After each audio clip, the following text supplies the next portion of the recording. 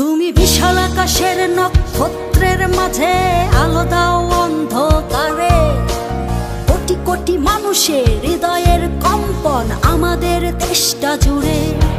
এখনো কৃষক শ্রমিক